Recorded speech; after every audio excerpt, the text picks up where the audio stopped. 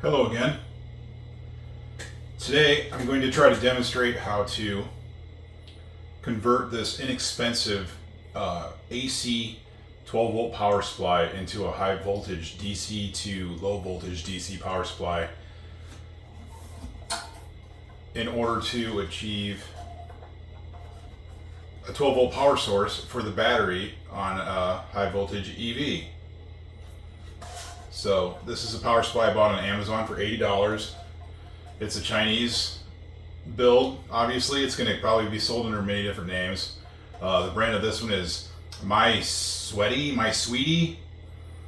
It's 800 watt. It's capable of 66.7 amps, 12 volts DC, and it has a selector switch for either 115 volts or 230 volts AC. So you're probably wondering, how is that going to work for a high voltage DC? Well, I'll show you some calculations that I did here in advance. And obviously, in order to achieve the higher voltage, we're going to be having it set at the 230 volt AC setting. But if we bypass all the AC rectification, if you multiply that voltage times the square root of 2, you get 325.27 volts DC. And if you look at the calculations for the fully charged battery pack, the way I'm looking to configure it, you can see 4.2 volts times 13 cells times 16 batteries. I said cells here, but batteries comes out to 327.6. Very close to this. I think we're going to be safe being within 2 volts. And then at a discharge state, around 3.5 volts per cell with a 13S battery times 6 batteries, it's 273.0 volts DC. And if you see here, it's rated to minus 15% input voltage. So minus 15% puts it at 276.5 volts DC, which is also very close to the full battery range. So I feel like if I bypass the rectification stage on this, just run the high voltage straight into the capacitors, it's going to be a suitable high voltage to low voltage power supply for significantly less money. I mean, these things cost thousands of bucks. So we'll see. For my rig, I think it's going to be just fine. I wouldn't want to put this in a production car and sell millions of them, but I think it's going to work just great for $80. So here we go.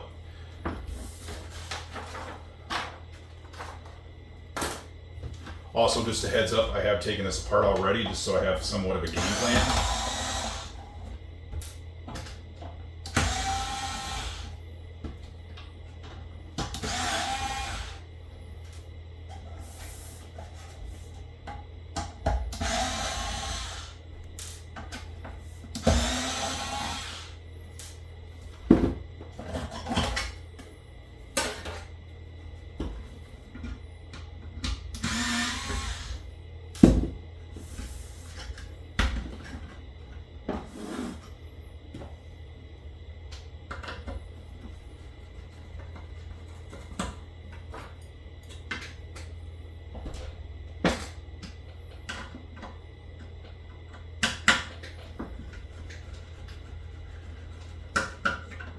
So basically I'm just removing all the screws so that we can fully disassemble it. And then I'll go over what I'm about to do, and then I'm going to do it.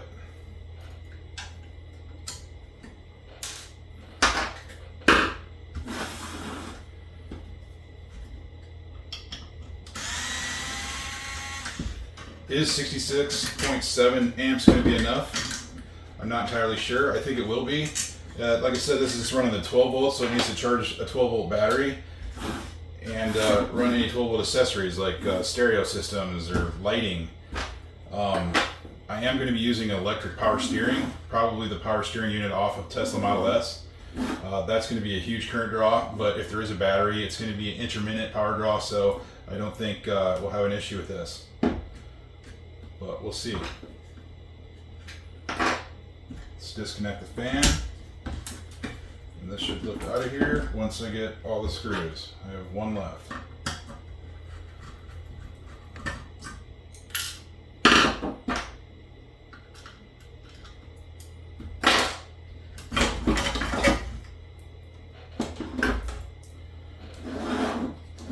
So go over this a little bit.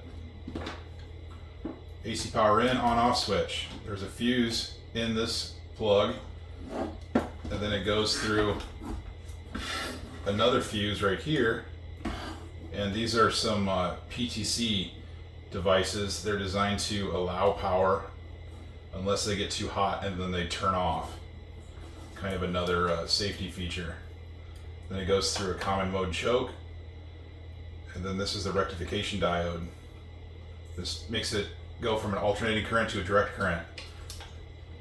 And then the switch here that selects between 230 and 115, all that really does is tie the center leg of these caps to one of the AC legs of the rectification diode in order to kind of trick the system into seeing 230 volts off a 115 volt input. So what I'm going to do is remove this switch and solder some wires to the minus side and the positive side of the 327 volt DC rectified side right here, excuse me. So I think I'm going to leave all this in place so a person could hook it up to AC still. That could be dangerous because you're going to have power coming out here. So I think I'm going to remove the rectifier diode to prevent all of that. The switch will not have any purpose. The fuses are not going to be used anymore. I probably will use an external breaker. So I'm going to get to work on removing that switch and that rectifier diode.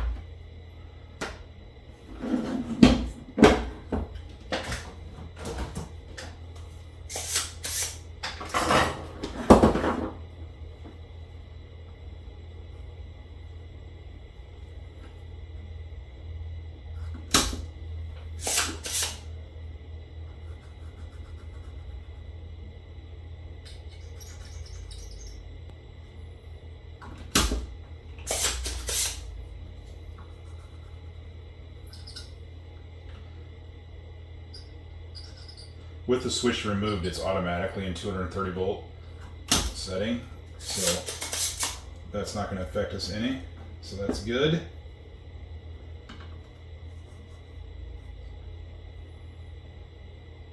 I missed.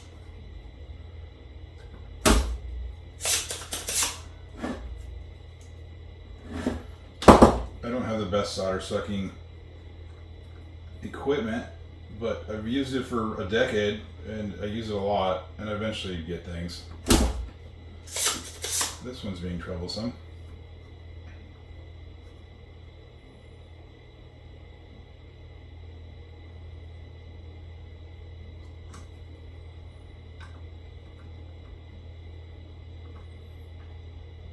The idea is to make things look easy on these videos. I feel like all the other videos that I watch, that's what they do.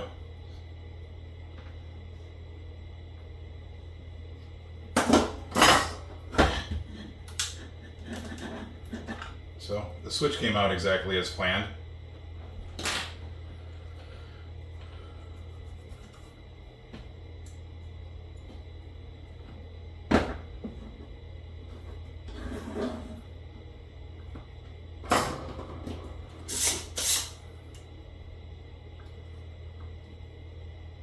Part of the problem is these traces are so large that it really wicks the heat away.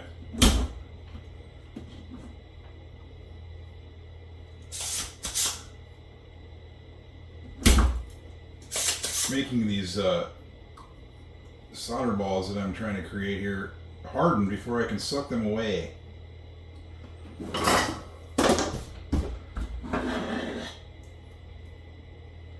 think what I might do instead of removing it is just simply cut the traces.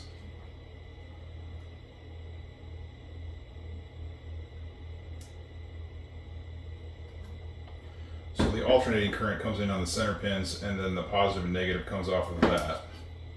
And I can tell which is positive and negative by the capacitors. This line represents negative, so this is the negative that we want to attach our wires to, and this is the positive right here.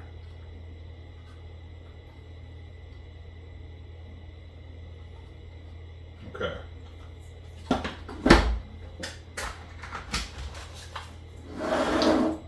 I got some wires ready in advance, somewhat ready.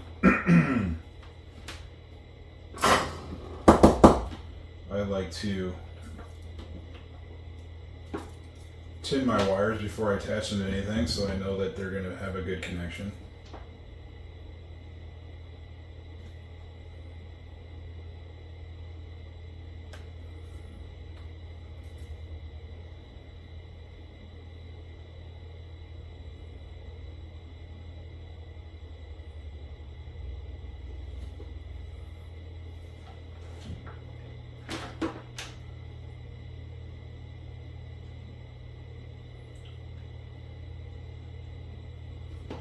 I normally have a fan running while I do these things to, one, keep me a little cooler, and two, to keep the fumes away from my breathing them.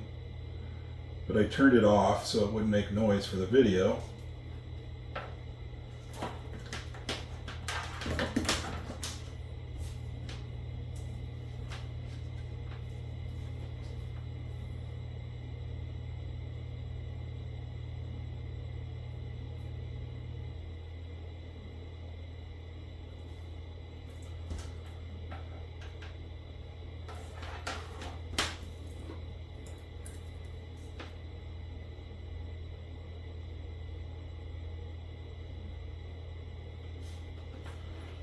Okay, those look good.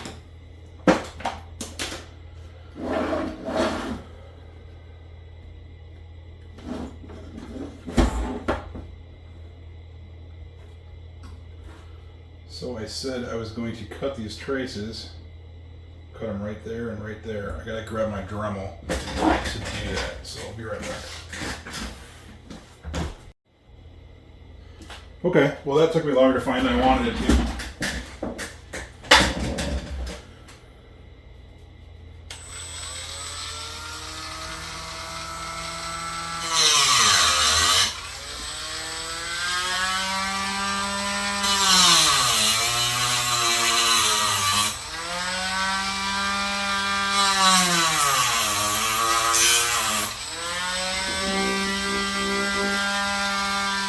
I'm going to cut it in a couple spots just because we're dealing with some high voltages here.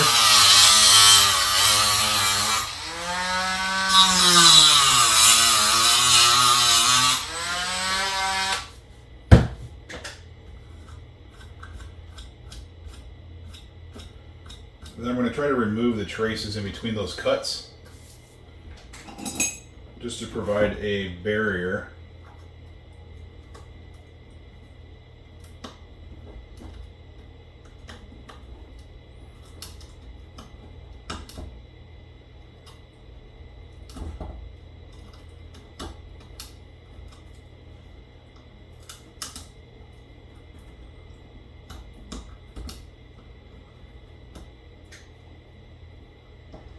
I've always wondered if it would be possible for me to hurt myself seriously while filming myself. So the objective here will be to not do that.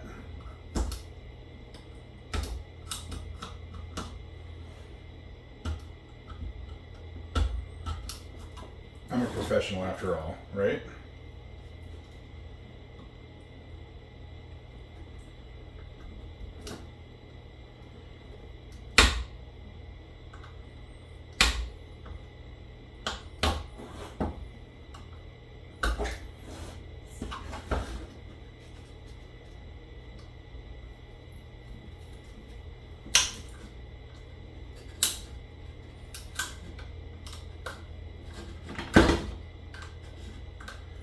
Getting there.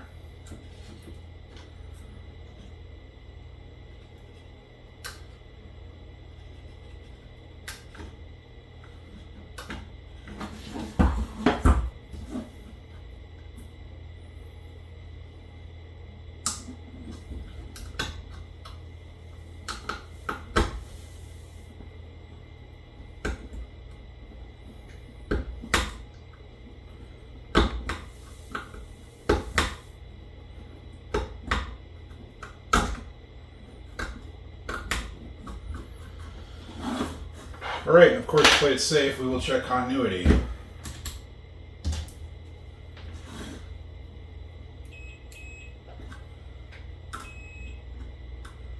Not touching. Oh, that one's still touching, so it must have a trace on the other side as well. So that's good that we checked that. And yes, there is. And that's okay. Because it will give us a decent spot to attach, possibly.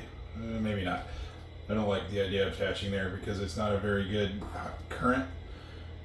Won't allow very high current right there, so we'll just cut it on this side as well.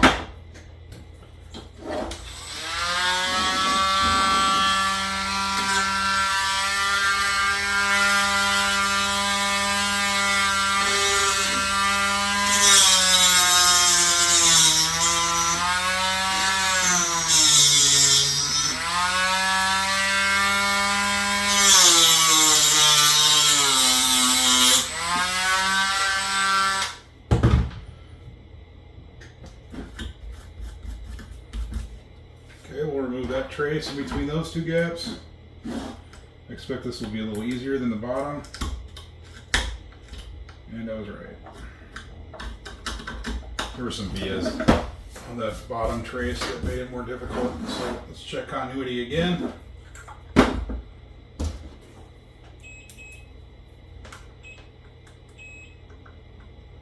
All right. Kind of looks like I know what I'm doing. All right, so I'm going to figure out a way here to connect these wires really well. I think I could possibly drill a hole into that area, and this area would give us a pretty good connection there.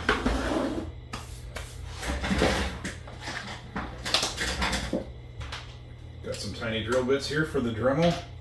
One of the best upgrades for a Dremel is to put a chuck on there, a keyless chuck, so you can accommodate different size bits.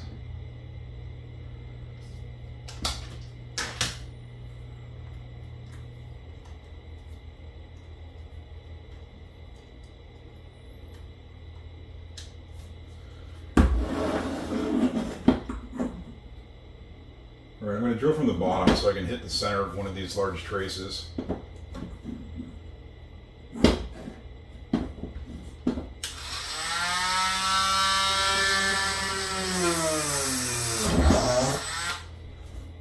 All right, there's my positive.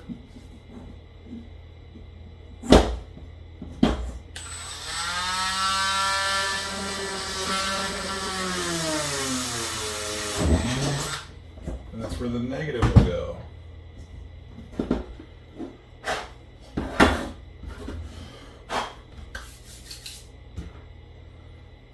All right, now what I'm going to do is I'm going to scratch some of the silk screen or the solder mask off here so we can expose the copper so that when I put the wire through I can solder all the way around and make a really good connection.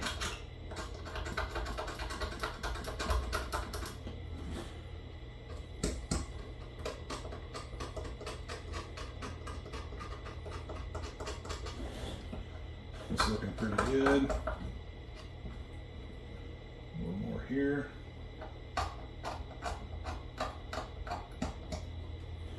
A little bit on this other side here.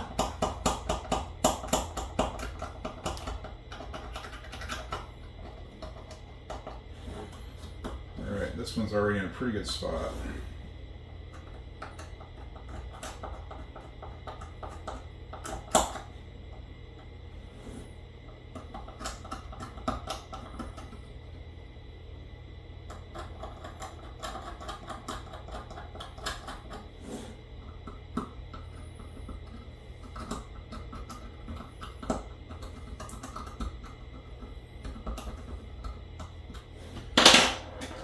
Alright, this is just a flux pen. Cleans it up really nice, and it'll kind of pre-treat the bare metal to accommodate or set solder here in a little bit. So with any luck, my pre-tinned wires will fit through these holes. If they don't, I'll just have to drill a bigger hole. I should probably pay attention to what traces I hit on this side.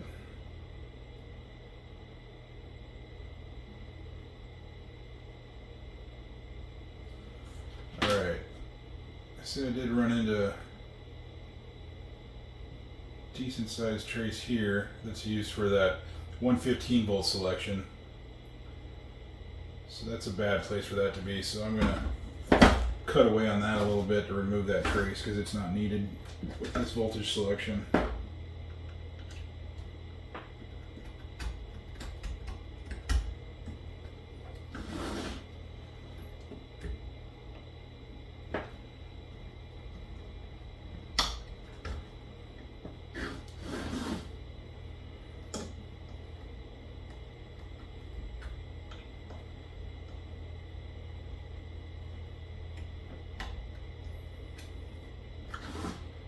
Okay, I'm going to work on this for a little bit and come back.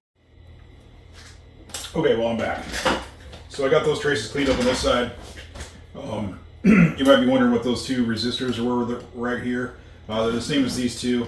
They're just discharge resistors, which I don't think are really going to be necessary for the application we're using. It's just sort of a safety thing so that they don't stay charged after you unplug it at home. But this thing's going to be kind of set up in a permanent installation, so it's not going to hurt anything. Matter of fact, I'm going to remove it on this side as well, just so we don't have discharge caps on just one of these two, or discharge resistors on just one of the capacitors instead of both.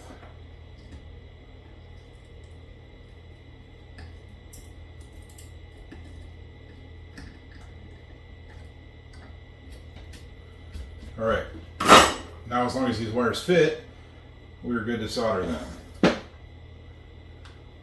And a little bit bigger drill bit. I think.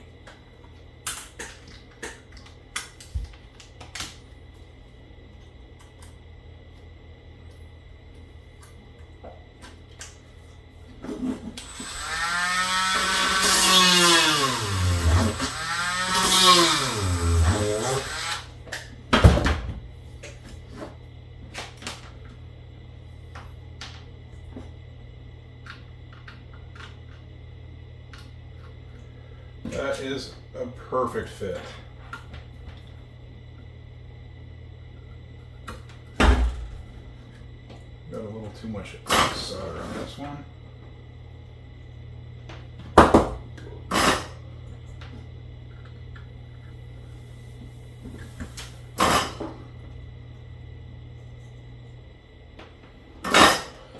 Third time's a charm.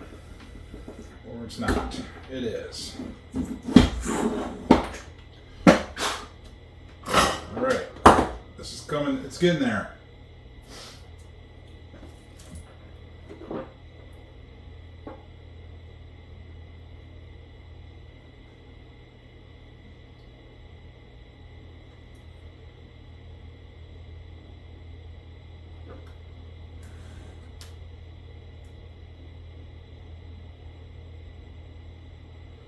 Oh yeah, that's soldering very nice.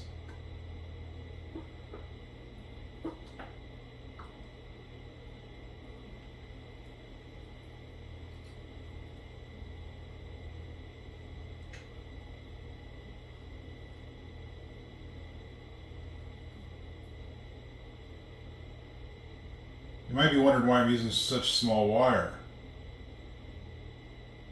Well, that's because this thing produces 66.7 amps at 12 volts, but the input voltage is like 325 volts DC. So that's like 10 times the voltage. No, it's like 30. 20 to 30 times, right? So literally your wire sizes can be that much smaller. So this is actually overkill for the application. So there's that. Trim these wires a little bit. You don't want them hitting the bottom of the case.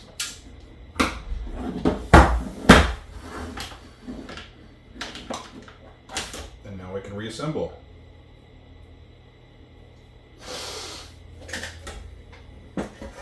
And I think I'm going to feed the wires out the switch hole.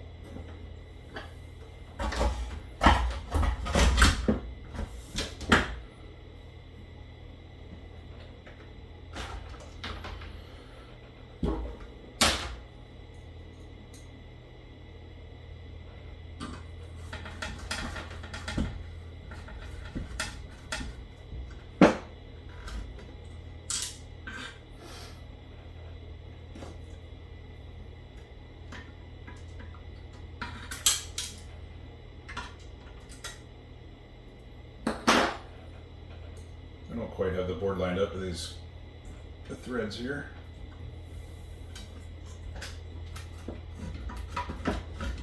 There we go. That's better.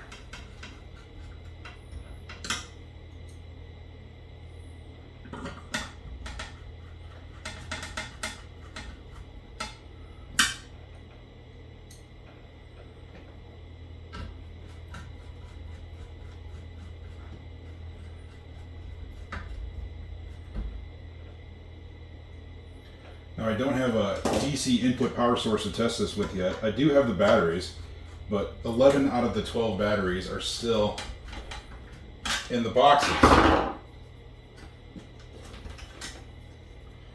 Reconnect the fan.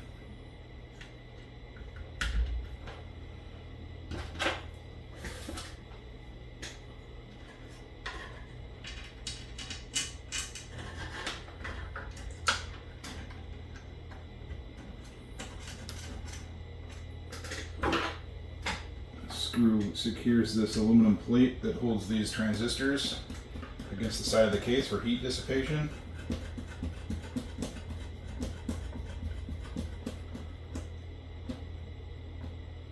Alright,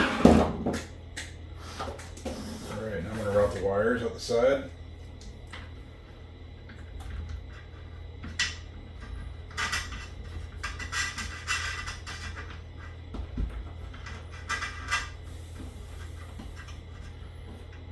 Eventually I'll wrap this sharp edge that I'm putting this through with some rubber before I actually use this. Just protect it a little bit.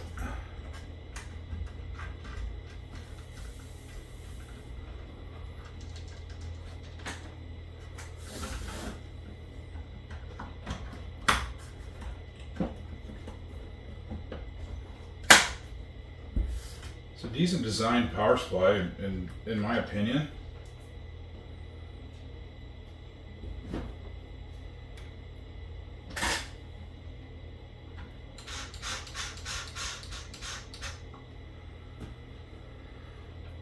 Finish reassembly.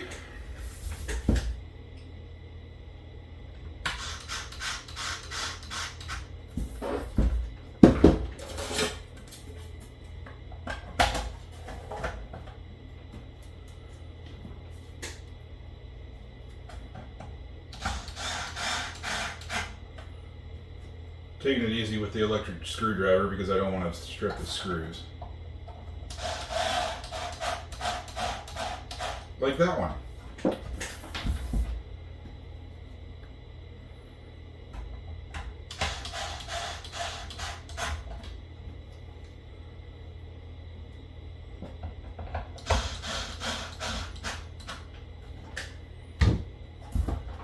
Well, there you go. My sweetie didn't even know that they made high voltage DC to DC power supplies. Thanks for watching. Please like and subscribe.